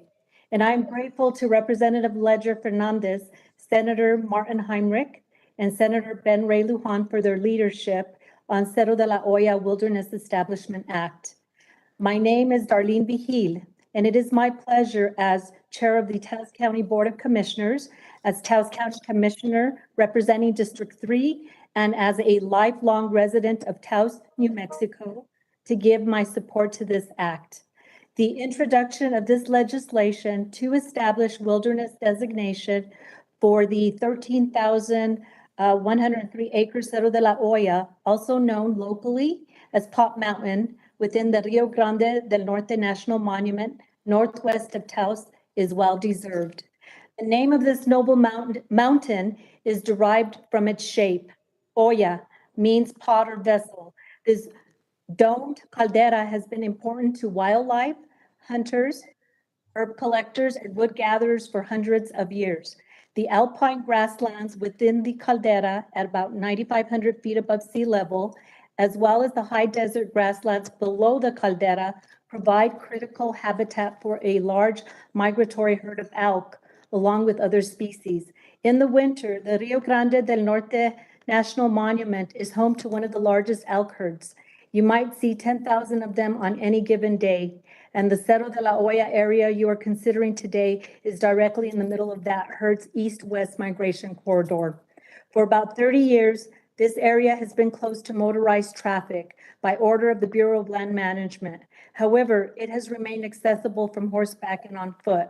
The intention of keeping the mountain without roads is to protect migratory passage for elk, bear, mountain lion, and other wildlife, as well as to protect the area's cultural resources. Humans have visited Cerro de la Olla for thousands of years. There are several significant archaeological sites on the flanks of those mountains that go all the way back to Paleolithic people who waited for deer and elk there. It was always a very significant place for early Spanish settlers in the 16th and 17th centuries who relied on the lands for hunting. Today, local residents continue that tradition, taking advantage of longstanding primitive campsites on the side of the mountain. Wilderness designation for Cerro de la Olla would protect these cultural sites and traditional land uses. It will protect this special spot for New Mexicans and others who visit this rugged mountain to appreciate the solitude it offers and to enjoy its mesmerizing 360-degree views from the top of the mountain. You can see peaks 175 miles away. It's important to note that the bill has the vocal support of local ranchers in Taos County, along with hunters, outdoor recreationists, and business owners. Other local elected officials have also publicly supported the wilderness designation. And the original inhabitants of the Taos Valley, the Red Willow people of Taos Pueblo, have always recognized the sacredness of Cerro de la Olla. In northern New Mexico, our traditions count for a lot, and those traditions are deeply rooted in the land. For centuries, our people have depended on the land for nourishment, for our livelihood. This legislation will forever protect Cerro de la Olla wildlife habitat, and it will protect our community's access to hunting, to gathering the firewood that keeps our families warm, and to collecting the piñon nuts that feeds us. If you visit northern New Mexico at the right time, you can still see people on their hands and knees in the foothills, harvesting piñon and spending time together outdoors. This bill recognizes the importance of saving the special place for tomorrow's visitors, human and wildlife alike, and so that they may have the same opportunities we are fortunate enough to enjoy today. We want to see this remarkable mountain and its wild beauty protected as wilderness for the benefit of present and future generations. We want to see our traditions preserved. Thank you for your consideration.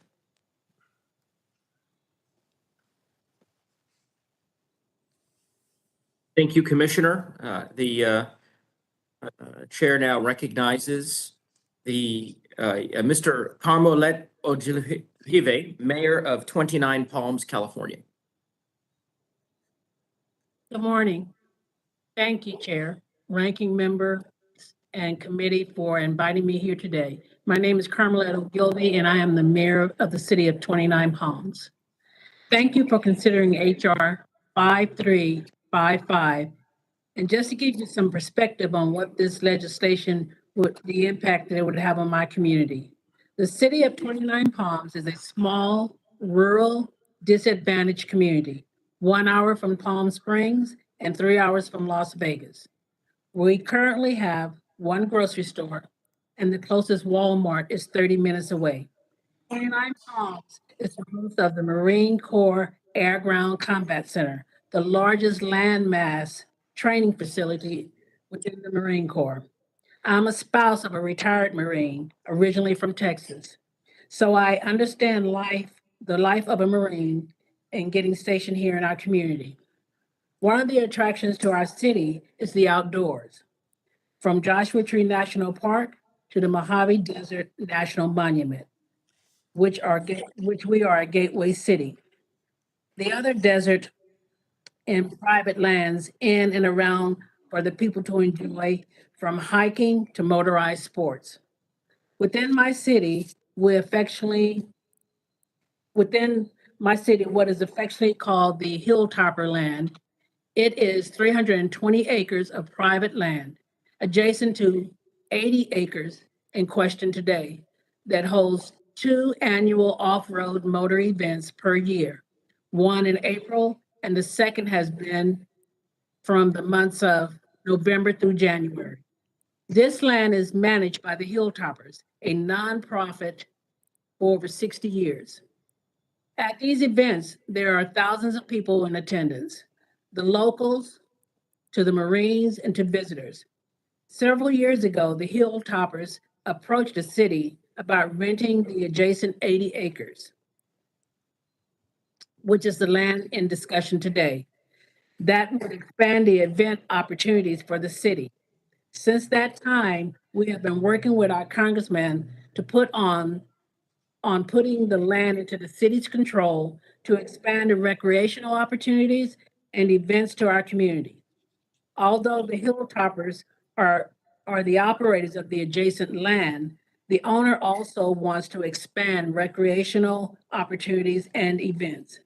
The land will stay in control of the city, but we would collaborate with private owners. The land is extremely rugged, great for off-road motorcycle events, but not for development. So with that said, the city respectfully requests the land to be transferred to the control of the City of 29 Palms from the Bureau of Land Management. Thank you. Thank you for your testimony. The chair now recognizes Mr. Jake Garfield, Deputy Director of the Utah Public Lands Policy Coordinating Office. Chairman Neguse, Ranking Member Fulcher, members of the subcommittee, I appreciate the opportunity to participate in the hearing today. My name is Jake Garfield. I am the Deputy Director for the State of Utah's Public Lands Policy Coordinating Office. The role of our agency is to work with our partners on practical solutions to the challenges facing Utah's lands, including both existing federal lands, as well as lands previously owned by the federal government that have since been transferred to other entities. We strongly support H.R. 6240, a bill to release the reversionary interest of the United States in certain non-federal lands in Salt Lake City, Utah. We greatly appreciate the work of Representative Chris Stewart and Representative Blake Moore to move this bill forward. This is a simple bill that would erase the reversionary interest currently held by the federal government on 593 acres of non-federal lands within the University of Utah's Research Park.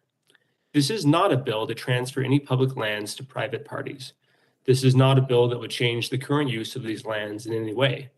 It is not a bill to create new opportunities for development, as the entire Research Park area has already been developed by the university. It is simply a bill to remove a federal reversionary interest from the portion of the university's campus that was transferred to the university under the Recreation and Public Purposes Act clear back in 1965.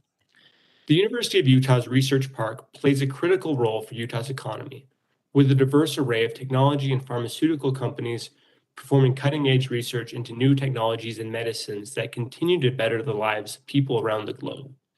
Many of these companies located in Research Park provide educational and employment opportunities for the University of Utah's STEM students, and 81 different university academic departments also use facilities within Research Park. The use of Research Park land in question has evolved since 1965. The land was deeded from the federal government to the University of Utah, just as the role of American research universities has evolved, with universities increasing their partnerships with the private sector. University officials acted in good faith as they used this Research Park land to further these private sector partnerships and improve the university's ability to perform cutting-edge scientific research. Over time, the specific visions within the patent prohibited commercial activities on the land were gradually forgotten, and the university diversified its use for the Research Park land, and the new university personnel became involved in the development of the land. Thank you. Today, Research Park is a highly developed central component of the university's campus. Mistakes may have been made in the past regarding compliance with the non-commercial provisions of the patent, but the best path forward for all parties, including both the university and the federal government, is to simply release the reversionary interest back to the University of Utah. Enforcement of the reversionary interest by the federal government would create a nightmare scenario for the university, for the companies and academic departments located in Research Park, and most of all for the Bureau of Land Management, which would see no benefit from taking control of the Research Park lands. This bill represents an opportunity for Congress to assist one of America's premier research universities, the University of Utah, to further its academic and scientific objectives by cleanly removing the current danger of the university losing title to a large part of its campus. We urge your support for this bill and appreciate the subcommittee for the opportunity. Thank you. Thank you for your testimony. The chair now recognizes Mr. Dean Finnerty, Northwest Director of the Angler Conservation Program at Trout Unlimited. Thank you, Chair Goose and Ranking Member Fulcher and members of the subcommittee. My name is Dean Finnerty, and I'm honored to testify on behalf of Trout Unlimited in support of the Wild Road Conservation and Recreation Enhancement. Founded in 1959, Trout Unlimited today has more than 340,000 members and supporters across the country. We are dedicated to bringing together diverse interests to care for and recover rivers and streams so our children and grandchildren can experience the joy of wild trout, salmon, and steelhead.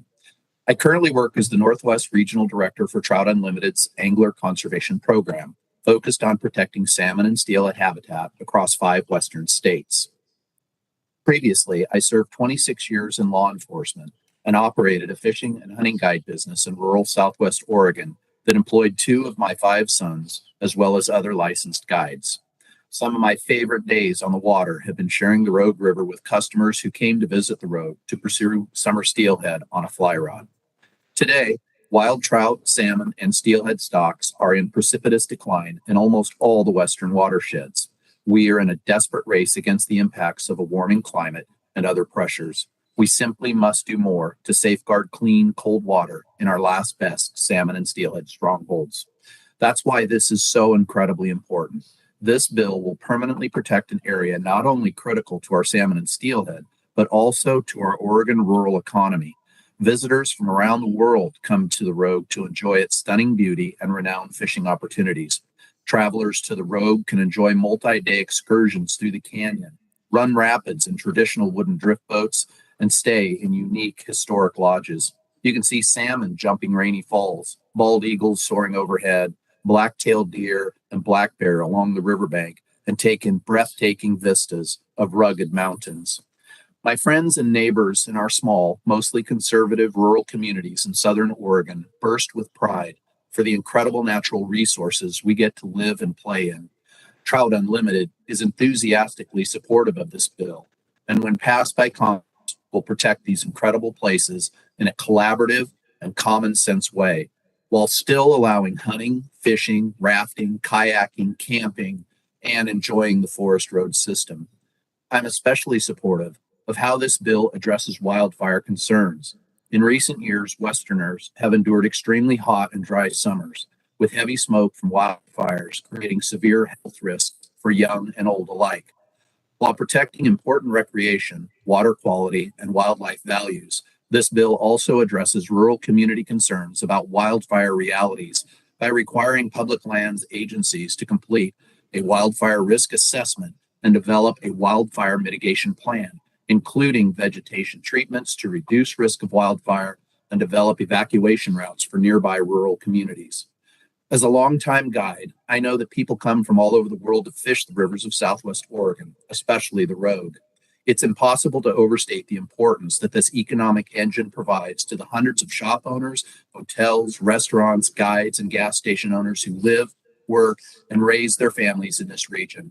Fishing and hunting wildlife viewing generates $2.5 billion annually for my state.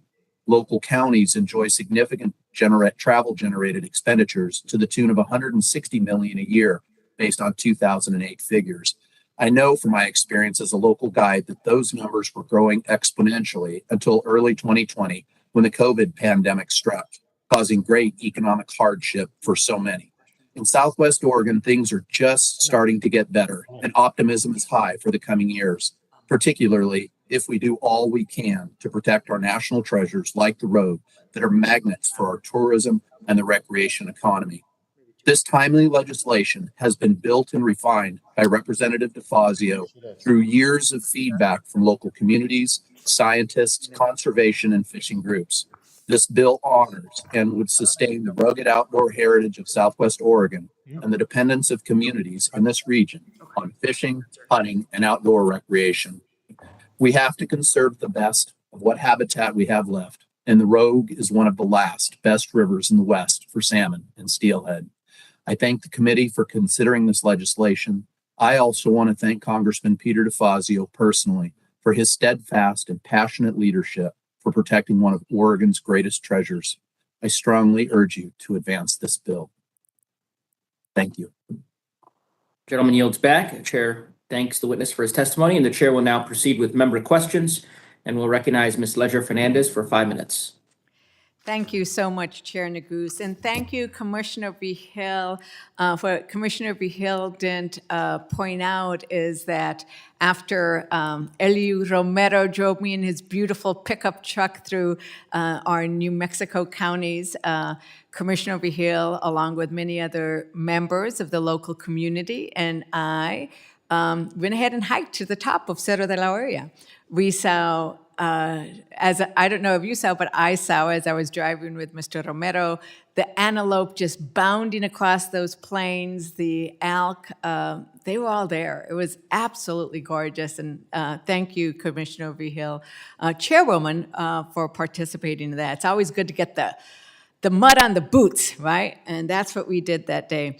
I truly appreciated your pointing out that in northern New Mexico, our traditions count for a lot. And those traditions are rooted in the land. So when we are listening to those who are rooted in the land, who gain their sustenance from living close to our mountains and our streams and our lands, I think that that's part of why we got so much support for this bill. But can you, Commissioner, describe why you think there is so much support from the local community for this Wilderness Act? Yes, thank you for the question, Congresswoman. And yes, that was a beautiful hike, although I will say you did put me to shame. You arrived at the top a lot quicker than I did. But yes, the lands mean a lot to the community, have always, and will always. We value the lands because, as I indicated in my testimony, they contribute to who we are. It allows us to continue to enjoy what we have always known and enjoyed. And so, you know, as we did that hike, and prior to going up to the Cerro de la Olla at the base, it was just such a beautiful thing. We did have many stakeholders, many community members, community leaders that are very clear on their request to you that they want this area protected. And so, yes, the land is very important to the community. And so, which is hence why we're getting clear consensus in the community from ranchers and business owners and recreationists and just local people wanting to see this area protected. So we heard earlier from Trout Unlimited about the economic importance of protecting lands, and you mentioned in your testimony and just now the importance of protecting Cerro de la Olla for small businesses and the local economy. Can you expand on that a bit? Yes, I most definitely can. Taos County is a tourist town, and it is a great place to be outdoors. And so our mesmerizing public lands and our waters, including the Rio National Monument, are areas that appeal to all kinds of potential visitors. And we know that the outdoor recreation provides Taos County with crucial economic activity. It also, besides promoting healthy lifestyles among visitors and locals alike. So it is, once again, an economic driver of having all this beautiful land and people wanting to be here. So yes, we value that very much. And that the piñon gatherers, which we all grew up gathering piñon, I certainly did, that's collected both for subsistence, people who just want to make sure they have their stash of piñon for the year, but do people actually also sell that piñon, and is it an important source of income? That is correct.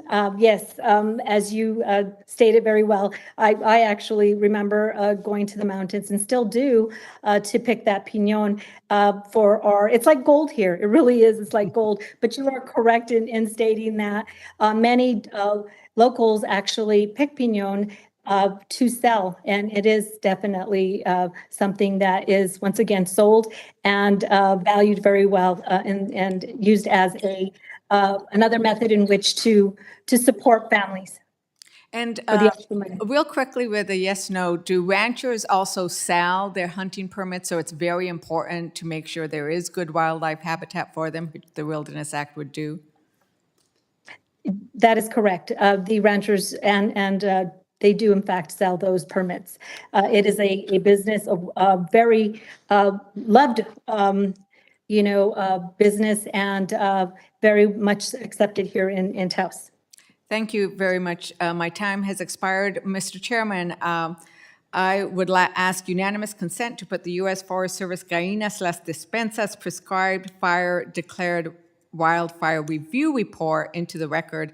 The report shows that the Las Despensas prescribed fire was not started in the Pecos Wilderness, and also describes the human error, especially in failing to account for the drought and climate change as the cause, as one of the horrible errors that led to this wildfire. Without objection. Thank you. The gentlewoman yields back. The chair now recognizes Mr. Fulcher for 5 minutes. Thank you, Mr. Chairman. I, too, have just a little bit of administrative work to do. We received a letter from the American Forest Resource Council that outlines their concerns over restrictive designations in H.R. 7509. Mr. Chairman, I ask unanimous consent the letter be included in the record for today's hearing, please. Without objection. Thank you, Mr. Chairman. Mayor Ogilvie, if you're still online, I got a couple questions for you, Mayor Ogilvie. First of all, thank you for your willingness to participate today and for your testimony. And if I understood correctly, more than 90% of the land in the 8th District of California, that's where your city of 29 Palms is owned by the federal government. First of all, is that true? And if so, what kind of challenges has that federal footprint placed in your city? Yes, sir. Your previous question, that is true. And as far as the challenges, it affects us economically because by us being an underserved community with very little resources, we do try to incorporate as much as possible activities such as the annual Hilltoppers. Thank you, Mayor. And as a follow-up to that, it's also my understanding that you are being faced with a record drought. Not just you, but I believe this whole state of California is being challenged with a record drought. And with that much federal land, of course, the management is going to be limited. Talk just a little bit about that. What impact has the drought had on wildfire risk in your community? There is always an inherent risk when it comes to wildfires, whether you are in a desert community such as ours or you are in other areas that are not desert landscape. And so what's important for our community is to make sure that we make sure there's no burnable brush near homes or businesses. A lot of things that we have to take into consideration, and also being very conservative with our water usage. Thank you. And just one more, and I'd like to get a question, Mr. Garfield, if I can. But the conveyance authorized by H.R. 5355 would create some new opportunities for off-highway vehicles. And you mentioned in your testimony that that was a popular area for that. But we also know that gas prices, at least as of right now, are about $6.38 a gallon in your home state. How is that impacting your community and the economic situation in your city? There is always an impact, but we're hoping that it's not going to be as deep of an impact as it could be. The population which we are leaning towards, they enjoy the outdoors. So, and this is an annual event that's been going on for decades. So we are looking forward to it to continue. Thank you for that. And I'm going to shift gears very quickly. Mr. Garfield, I have just a question for you as well. In your testimony, you highlight that it was only recently the BLM and the state of Utah realized University of Utah's Research Park was out of compliance with the outdated reversionary interest. And by all accounts, Research Park has been used for over 50 years in a way that's greatly benefited the university's academic pursuits and Salt Lake City community as a whole by serving as a location for several innovative research-based companies. So question for you, in addition to shutting down the laudable current uses that the Research Park is providing, how will this obsolete patent impact the university's plans to enhance and develop Research Park even further? Mr. Garfield? Basically all the land is currently developed, but of the 593 acres, but a lot of that is surface parking lots, and there are plans to use those surface parking lots to build new facilities for other companies and academic departments to continue the research that the University of Utah is doing or partnering with the private sector, and those future developments on those surface parking lots would be shut down, as well as the existing research going on in that research park area. Great. Thank you, Mr. Garfield. I do have more questions, but I'm unfortunately out of time. Mr. Chairman, I yield back. The chairman yields back, the ranking member yields back. The chair will now recognize the chairman of the full committee, Mr. Grijalva. Thank you very much, Mr. Chairman. And Commissioner Rahil, let me ask you a couple of questions. My familiarity with the area comes from my better half, Ramona, that is from Peñasco, New Mexico, and introduced me to a landscape and a tradition and a people that I would have known, and for that I'm eternally grateful. And yes, the piñones are getting out of hand. You know, we wait for them in Tucson, Arizona, and by the time the gentleman from New Mexico comes to sell them, you know, you have to mortgage part of your house to get a good-sized bag of them. But having said that, you know, you talked about the coalition and the broad coalition that wants to see this area protected, and I think that is very significant because we're talking about sometimes stakeholders with different perspectives about things, but in this instance, very much committed to protection of this area, and I think that gives strength to the legislation. We've heard a couple of times that this protection is either premature, shouldn't happen, or be put on hold because of the destructive and horrific wildfire that's occurred in New Mexico. Your perspective on that, if you don't mind. Yes. So I'd like to first thank you for the question, and also Peñasco is such a beautiful area, so Yes. your wife is very fortunate to come from there. She's a Garduño. She's from there, Garduño, and she always told me that when I said Arizona is prettier, and she said, no, we're called the land of enchantment for a reason, and she was right. Anyway. Absolutely. So first, I'd like to point out that here in Taos, which is probably much like any place in northern New Mexico, the locals are very vocal about whether they are in support or not. So, you know, it speaks volumes when we have consensus in support of something. So I like to emphasize that the community is definitely in support of this bill. And so otherwise, trust me, we would know of it. And I'd also, the fires, your question in regards to the fires fires are always a concern. But I think that it's important to remember that a lot of the fires that are caused are not, it is not in regards to because a property is designated as wild, I'm sorry, is designated in protection of, or I'm losing my words, I'm sorry, in protection of the Wilderness Establishment Act that we're trying to do here.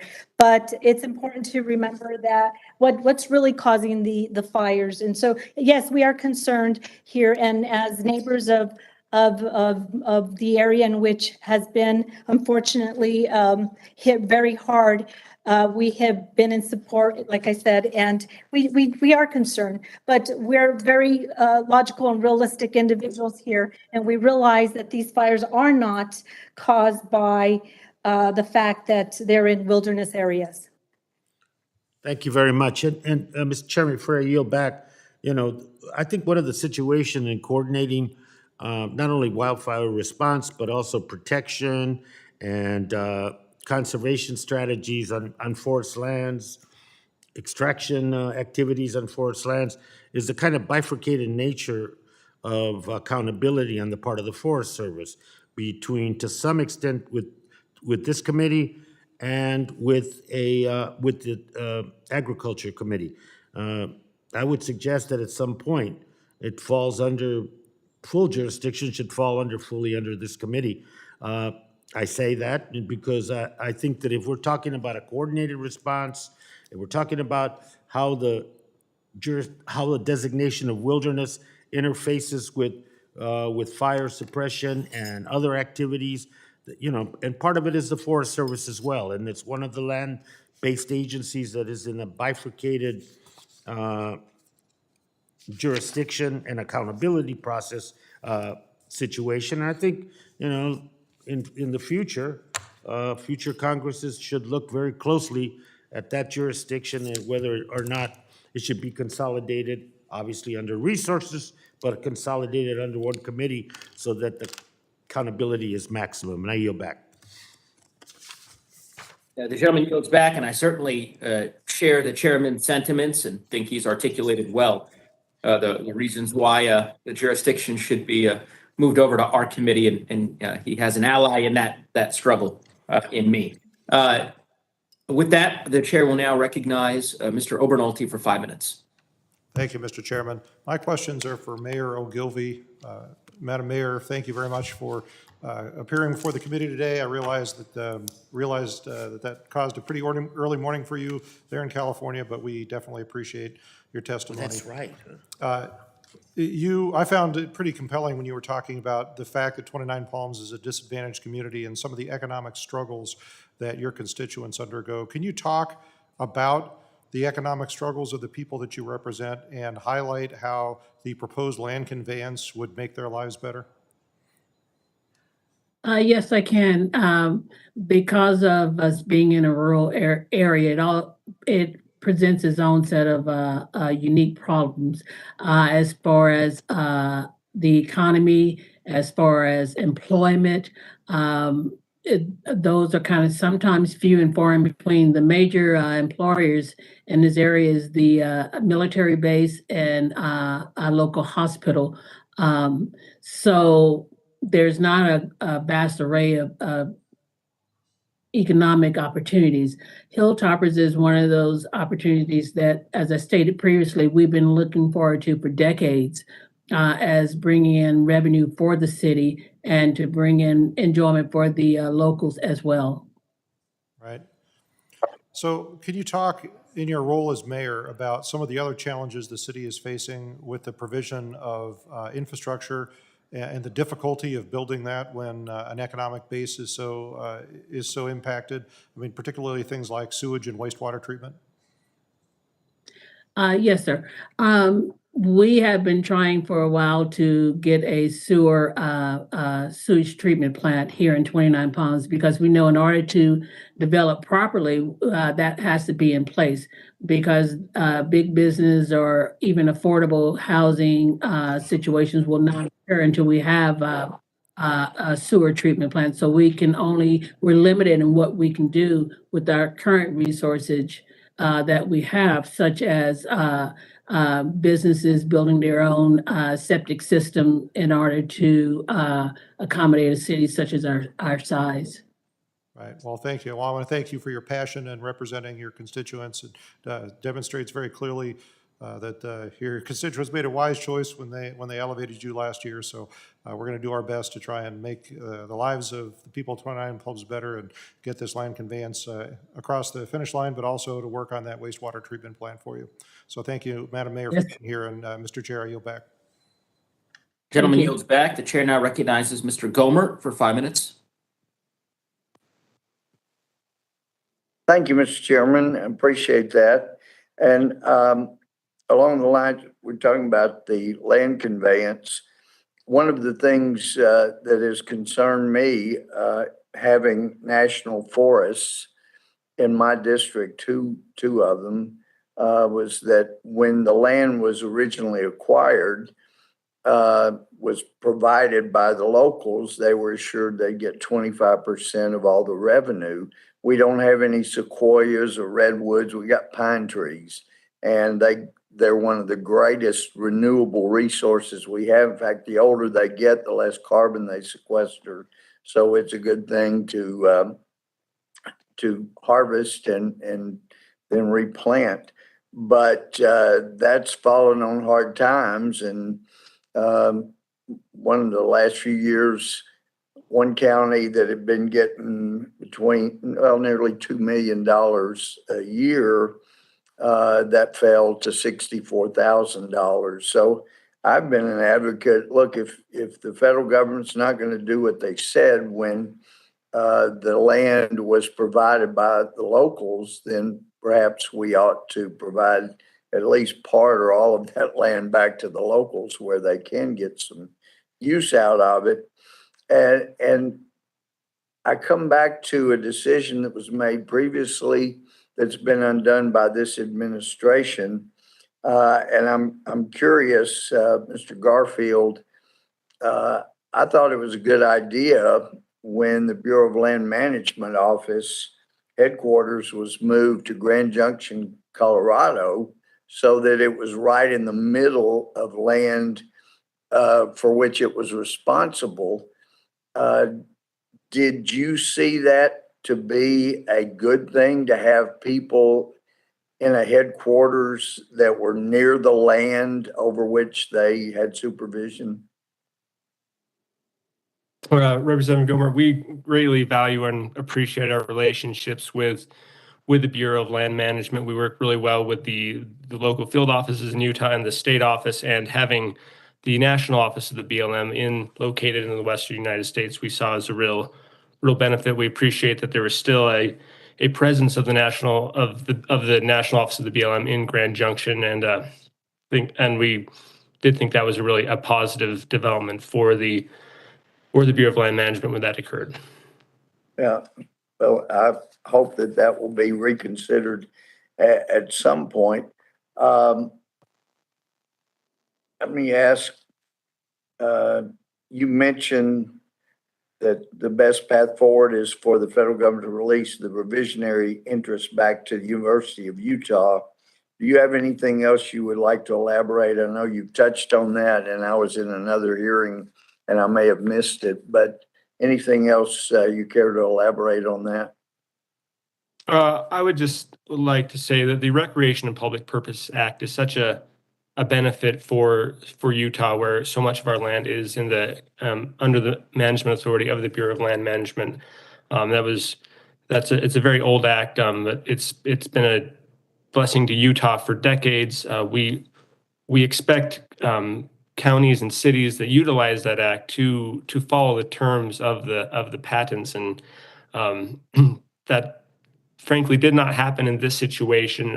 But I think that's as I described in my testimony, due to kind of the process of how research universities have evolved over time as they've increased their partnerships with private industry. That's how a commercial aspect was introduced on this land. And again, we feel that if it's the best interest of all parties to simply move past that and release that interest back to the university.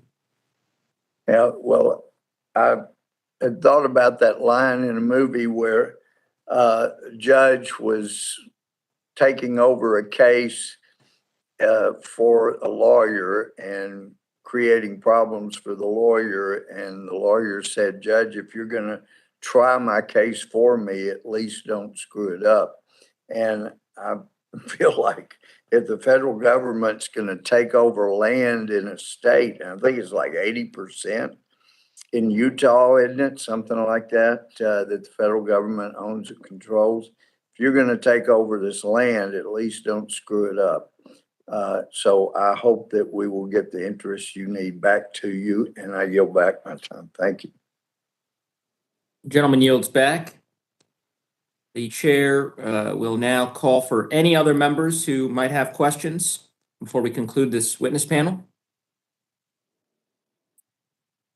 Hearing none, I thank the witnesses for their valuable testimony and the members for their questions. The members of this committee may have some additional questions for the witnesses, and we will ask you to respond to those in writing. Under Committee Rule 3, subparagraph O, members of the committee must submit witness questions within 3 business days following the hearing, and the hearing record will be held open for 10 business days for these responses.